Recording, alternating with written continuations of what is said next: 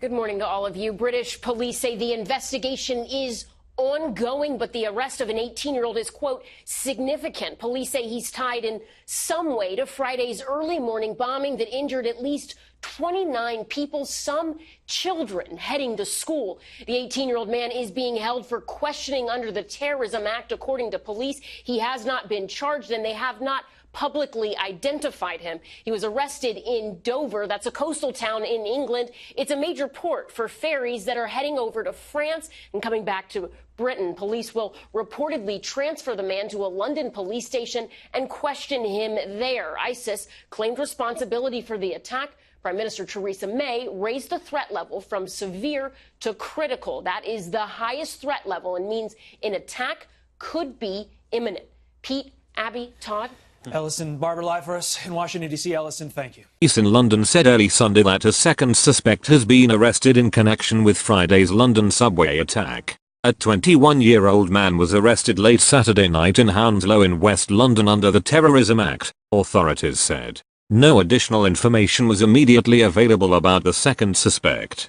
Previously, an 18-year-old man was arrested for possible involvement in the attack that injured 29 people. Despite the arrests, Britain's terror threat level remained at critical, the highest level, meaning authorities believe another attack may be imminent. On Saturday, police scoured the country in search of possible suspects. Their efforts led them to the suburban London home of an elderly couple honoured for their work with child refugees. The property was registered to Ronald Jones, 88, and his 71-year-old wife, Penelope, who have been honoured by Queen Elizabeth after taking care of 268 foster children, The Times of London reported. Neighbours told The Sun that the couple had 6 children of their own and had started taking foster children after seeing the plight of refugees displaced from Syria and elsewhere. The 18-year-old, whom authorities tracked using facial recognition technology, was believed to be a foster child taken in by Jones and his wife, according to The Sun,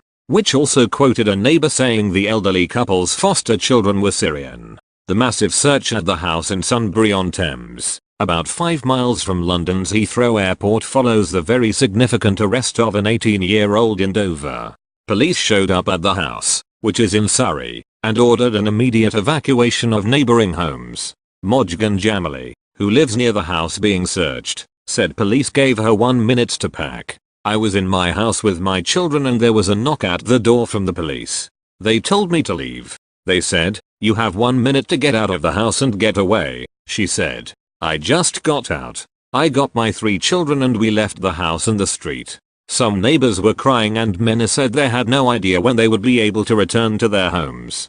Police gave many shelter and food at a nearby sports club. Police did not reveal details about the search, but the precaution suggested concern that there might be explosives or violent extremists on the property. The Islamic State group has claimed one of its units planted the bomb. Police said the teen was arrested by Kent police in the port area of Dover on the English Channel. The suspect was being held for questioning under the Terrorism Act. He has not been charged or identified. Police have not said if he was suspected of planting the bomb or if he played a supporting role in a possible plot. British Home Secretary Amber Rudd said it was much too early to tell if the authorities knew of the suspect in the London subway bombing. Rudd said police were making rapid progress in the investigation. Hundreds of officers were examining surveillance footage and conducting other investigations as the nation elevated its terrorism alert system to the highest level, the BBC reported.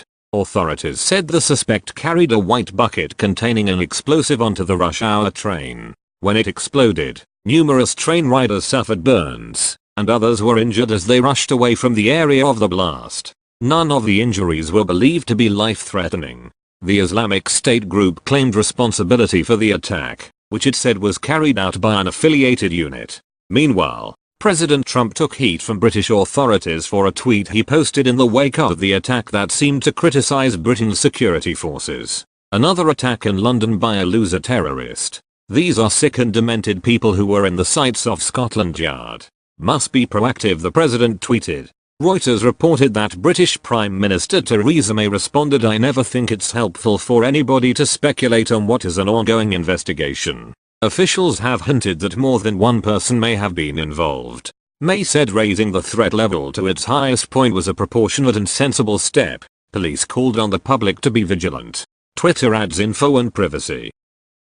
The bomb went off around 8:20 a.m. local time, as the train, carrying commuters from the suburbs, including many school children, was at Parsons Green Station in the southwest of the city. The station was reopened Saturday, officials said, restoring some normalcy to London's transport network after a day of disruption. There was no sign of panic among Londoners, and the weekend life of the city continued undeterred by the raised threat level. Analysts said the injuries would have been far worse had the entire device exploded. Britain has endured 4 other attacks this year, which have killed a total of 36 people.